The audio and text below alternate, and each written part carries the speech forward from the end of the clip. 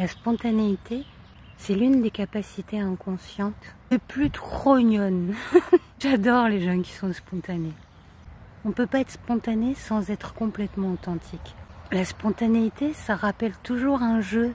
Mais c'est toujours un jeu bienveillant parce que de toute façon, dans la spontanéité, je sais pas, j'ai jamais rencontré quelqu'un de spontané comme ça et qui ait des idées derrière la tête. Et c'est vraiment une capacité qui est réprimée dans la société.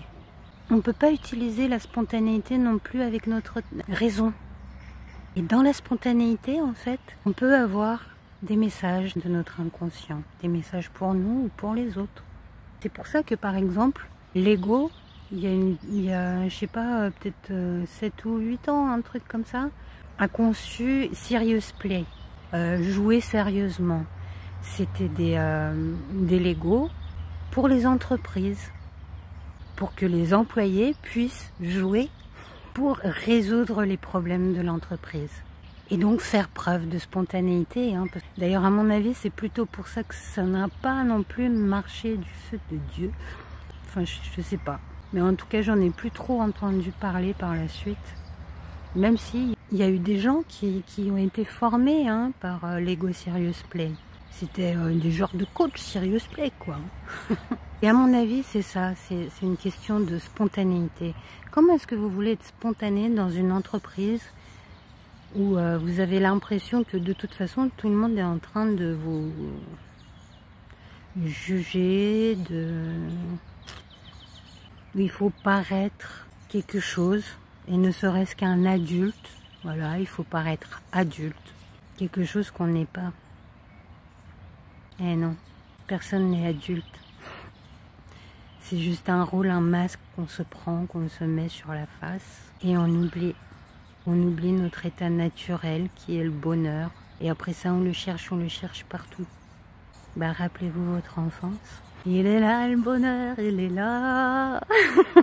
Et je vous ai pas encore parlé de spontanéité, ça fait un truc comme... Ça va être la 55e vidéo. Je sais pas, j'attendais quelque chose. J'attendais que quelque chose se passe pour vous en parler. Et là, hier, 17h15, on frappe à ma porte. Mais c'était donc qui ça? J'ouvre, et puis un monsieur qui me dit qu'il s'appelle Bruno et qui va comme ça de village en village spontanément, dit-il, pour vendre son bouquin de poésie. Oh! Bon bah moi qui n'ai pas un rond là. Ça me plaisait beaucoup cette spontanéité. Du coup je lui ai proposé de lui faire une petite interview. Alors chez moi c'était le grand bazar. J'ai même pas de chaise pour s'asseoir. J'ai que des coussins. Mais bon, je lui propose quand même, tant pis, voilà. Spontané pour spontané. Et du coup, voilà ce qui se passe. Bonjour Bruno. Alors Bruno comment? Alors mon nom c'est Rossi Ferrari et mon prénom c'est Bruno. D'accord, et vous êtes auteur? Oui. D'accord. La preuve, j'ai failli monter des escaliers et je les ai montés pour arriver justement à votre auteur en même temps. Il est comment? Vous nous faites voir votre bouquin? Alors j'en ai un où j'écris en rime écrite, tout en vert. Oh! Voilà, tout en vert. Vous pouvez nous en lire un peut-être? Oui, si j'avais les lunettes à triple foyer à la rigueur. Mais il s'avère que j'ai pas amené les lunettes parce que... Je vais en lire un et vous allez je vous en prie, oui. Alors on y va comme ça, d'accord? Et puis on verra bien où est-ce que l'intuition va nous mener. C'est le pont du hasard, prenez un passage au hasard. Hop.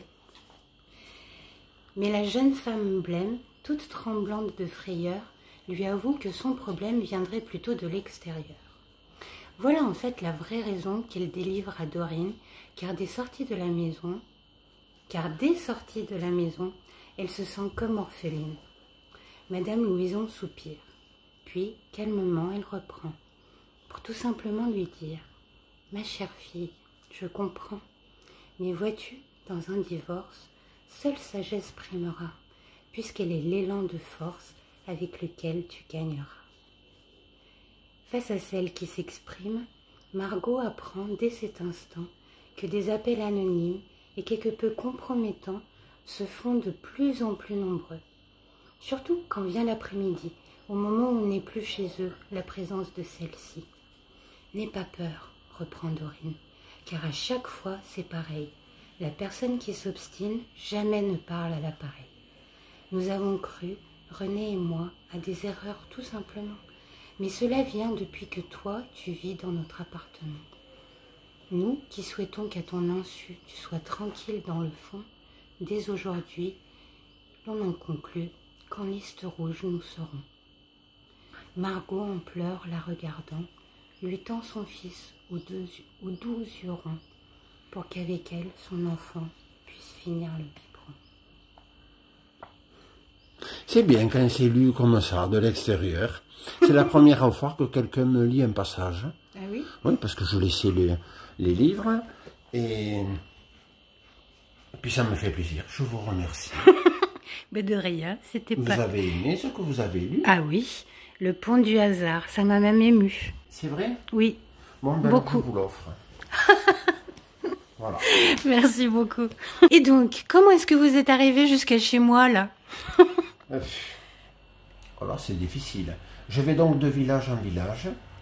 Et puis, je frappe où je frappe. Je vais où je vais. Je vends un livre qui est intitulé Le Pont du Hasard. Mais ma vie a le même reflet dans ce nom. C'est-à-dire que c'est le hasard qui m'amène. Voilà. Le hasard m'amène de village en village chez des gens de toutes sortes. Donc vous y allez comme ça, spontanément? Voilà. Alors on dit qu'effectivement le porte-à-porte ce n'est pas évident, certes.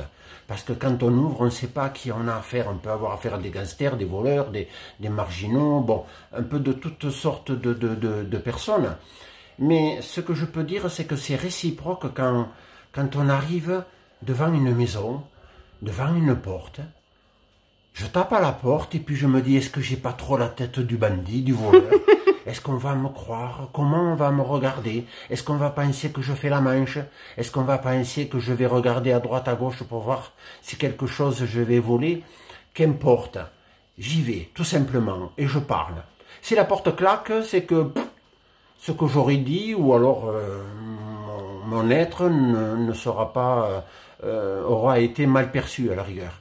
Par contre, si la porte, comme chez vous, et je vous en remercie, s'ouvre en grand en disant, eh bien, rentrez, je vous accueille, pour moi, ça vaut autant que d'avoir acheté un livre, et ça, je le retiens. Voilà. Merci beaucoup. Donc, moi, je vous félicite vraiment pour votre spontanéité, parce que dans cette société, c'est balèze. C'est quand même difficile à vivre. Ouais. Et c'est quelque chose que j'apprécie énormément. Ah, c'est gentil. Et quelque chose que j'admire, vraiment. C'est très bien. Alors, je vous ai donné le livre et maintenant, je vais vous donner la carte. Puisque vous parlerez bien, je crois que je vais laisser mon sac et puis je vais repartir. Merci beaucoup. Je vous en prie. Vous avez vu ça un peu? C'est trop mignon. Et c'est vrai ce qu'il dit. On n'a pas cette spontanéité. On se crispe à chaque fois que quelqu'un est spontané. On se dit, oh là là, qu'est-ce qu'il me veut celui-là? En particulier quand spontanément, il fait un truc de ouf du genre cogner à la porte des gens pour vendre son bouquin. Mais c'est un poète. C'est normal qu'il parte à la rencontre des gens. C'est normal qu'il ait envie de déclamer ses poésies. Même si bon, celui-là, il préfère qu'on les lui lise en plus. Et voilà, un petit moment de spontanéité, tout beau. Voilà ce qui se passe quand on ne voit pas comme ça d'office quelque chose de vilain chez les gens. Quand on les considère d'abord comme innocents. Considérer d'abord les gens comme innocents, c'est quelque chose auquel je tiens énormément. La confiance, c'est pas quelque chose qui peut se gagner. Jamais, jamais vous ne gagnerez la confiance de qui que ce soit. En revanche, ça peut se perdre très facilement. Et Bruno, il est parti en me disant, non mais vous savez, j'aurais fait la même chose, j'aurais donné le bouquin et ma carte même à un vieil homme de 90 ans s'il m'avait accueilli comme vous. Bah oui, c'est une évidence, l'innocence même. C'est après Bruno. Bruno Rossi Ferrari. Merci beaucoup Bruno. À une prochaine ou à jamais. En tout cas, beaucoup de bonheur à vous.